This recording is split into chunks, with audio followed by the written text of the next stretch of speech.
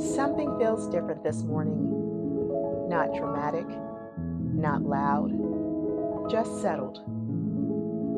This week feels lighter, not because everything changed, but because I moved. I did the thing, and that matters. Breakthrough doesn't always arrive with fireworks. Sometimes it comes as a quiet confirmation, a gentle nudge that says you're headed in the right direction.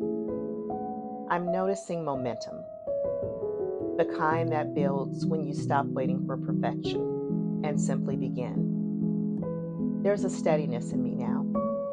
I'm not rushing towards what's next. I'm not announcing every move. I'm just aligning. I'm honoring the years that shaped me, the resilience that carried me, the wisdom that didn't come easy, and I'm letting that be enough. Some spaces don't need my full presence anymore. Some roles don't fit the way they used to. That's not loss, it's clarity.